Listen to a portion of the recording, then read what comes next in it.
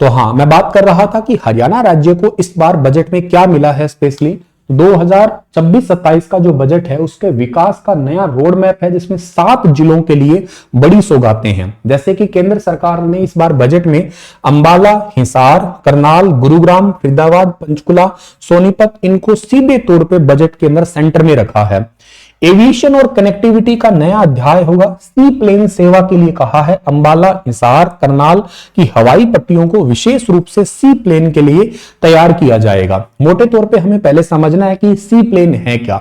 सी plane एक ऐसा विमान होता है जो पानी की सतह से उड़ान भर सकता है, उड़ाया जा सकता है और पानी पर ही लैंड कर सकता है। इसके लिए अलग से आपको रनवे की जरूरत नहीं होती है। यह समुद्र, झील, नदी इत्यादि बड़े स्थानों पे, बड़े जलाशयों से ऑपरेट किया जा सकता है। तो यह है सी प्लेन। सी प्लेन की बनावट कैसी होती है? इसमें बेसिकली जो ना फ्लोट्स यानी कि पोटून या बोट जैसी बॉडी लगी होती है। ये फ्लोट्स यानी कि पानी पर तैरने और संतुलन बनाने के लिए होते हैं। कुछ सी प्लेन जमीन पे उतर सकते हैं। इनको एक्चुअली एम्फीबियन, बेसिकली आपने सुना होगा ना, एम्फीबियन जो जीव होते हैं आपके पानी पे जमीन पे दोनों में रह सकते हैं, ऐसे ऐसे ही होते हैं आपके। तो एम्फीबियस सी प्लेन कहते हैं इनको हम लोग। सी प्लेन कैसे उड़ान भरता है? पानी की सतह पर दौड़ते हुए स्पीड पकड़ता है, जैसे रनवे पे जहाज दौड़ता है वैसे वैसे ही, और स्पीड मिलने के बाद में फ्लोट्स पानी के ऊपर उठ जाते हैं और उसके बाद में सामान्य विमान की तरह उड़ान भर लेगा ये। सी प्लेन यूज कहां होते हैं सर? तो ये पर्यटन के लिए, झील, समुद्री इलाकों में, इसके अलावा कोस्ट गार्ड के ऑपरेशन में, इसके अलावा दूर दराज के क्षेत्रों में कनेक्टिविटी के लिए, जैसे पानी का इलाका है, एक इलाका दूसरे इलाके से पानी से ही जुड़ा हुआ है, तो वहां पे इनका ज्यादातर इस्तेमाल किया जाता है।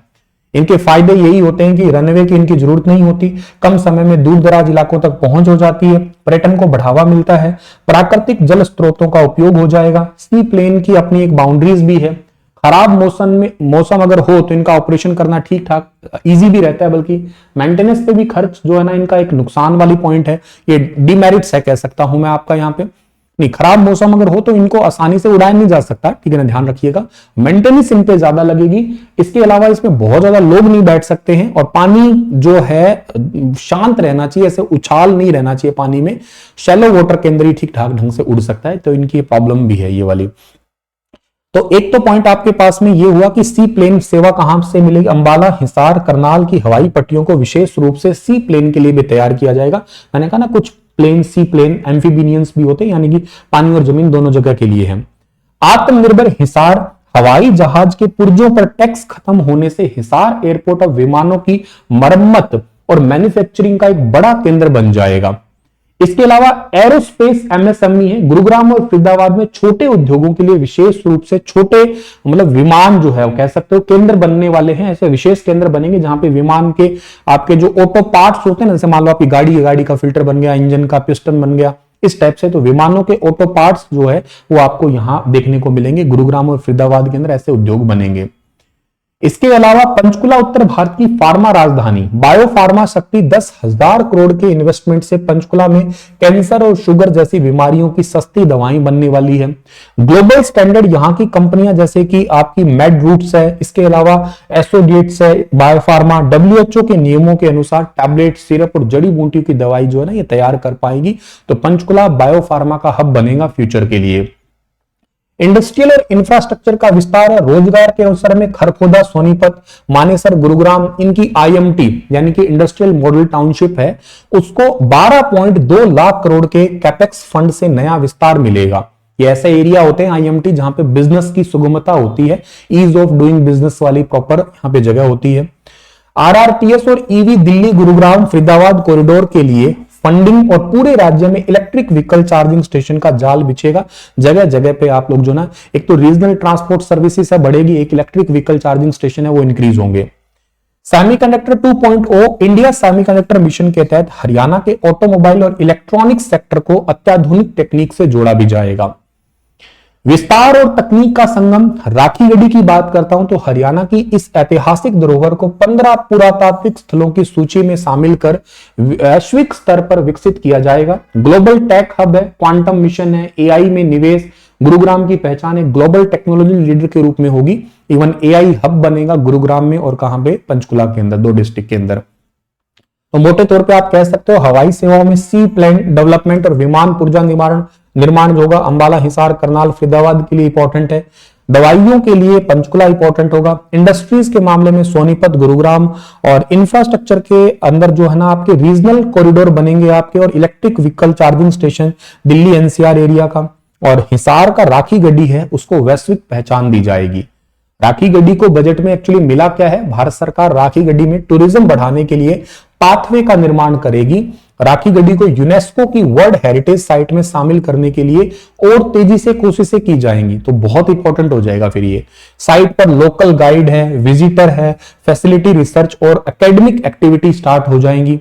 ऐतिहासिक धरोहर को लोगों तक पहुंचाने के लिए यहाँ पे कल्चरल प्रोग्राम इत्यादि किए जाएंगे ताकि लोग ज्यादा से ज्यादा यहाँ से आए, जुड़े। तो राखी गढ़ी हिसार हांसी, मतलब हिसार और हांसी में ही है अभी के लिए, तो वहां पे पड़ता है ये। हिसार बस स्टैंड से लगभग 60 किलोमीटर दूर है। 15 आइकॉनिक पुरातात्विक लिस्ट में इसको शामिल किया गया है। वित्त मंत्री निर्मला सीतारमण जी ने अपने बजट के दौरान इसको कहा है ताकि इसकी सांस्कृतिक और ऐतिहासिक धरोहर लोगों तक पहुंच पाए। सिंधु घाटी सभ्यता का एक सबसे बड़ी साइट मानी जाती है। एक साथ 60 कंकाल यहाँ पे मिल चुके हैं, नर मादा के कंकाल एक साथ मिले हैं। सोने के आभूषण के फैक्ट्री मिली है यहाँ पे, महिलाओं के आभूषण से लेके पुरानी लिपि, पानी के ड्रेनेज सिस्टम इत्यादि सब यहाँ पे मिला है। और राखी गढ़ी में ऊंचे टीले हैं जिनका आकार मिस्र के पिरामिड जैसा है, जो 9 टीले 550 हेक्टेयर एरिया में फैले हुए हैं। इसलिए Indian archaeological survey of India का ध्यान इन पे गया और यहाँ पे एक सर्वे करना स्टार्ट किया। इसलिए भारतीय पुरातत्व संरक्षण विभाग दिल्ली की टीम लगातार यहाँ पे, अभी थोड़े दिन पहले मैंने करंट अफेयर में पढ़ाया था, यहाँ पे खुदाई इत्यादि का काम चल ही रहा है। नदी सूखने से हुआ नगर का अंत, ऐसा राखी गढ़ी की सभ्यता का माना जाता है कि ये सरस्वती नदी की सहायक नदी दृष्टवती नदी जो है ना यहाँ पे बहती थी और उसके सूख जाने से धीरे धीरे सभ्यता का अंत हो गया है।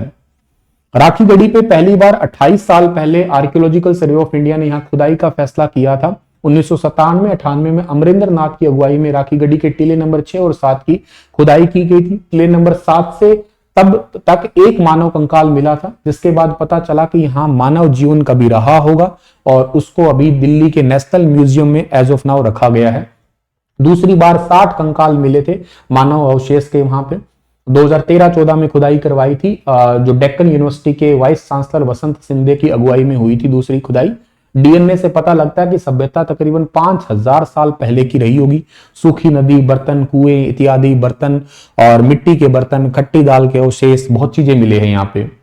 तीसरी खुदाई में मकान की दीवारें भी मिली। 2023-24 में खुदाई हुई थी। आर्कियोलॉजिकल सर्वे ऑफ इंडिया के अपर महानिदेशक डॉक्टर संजय कुमार मंजुल की अगुवाई में हुई थी खुदाई।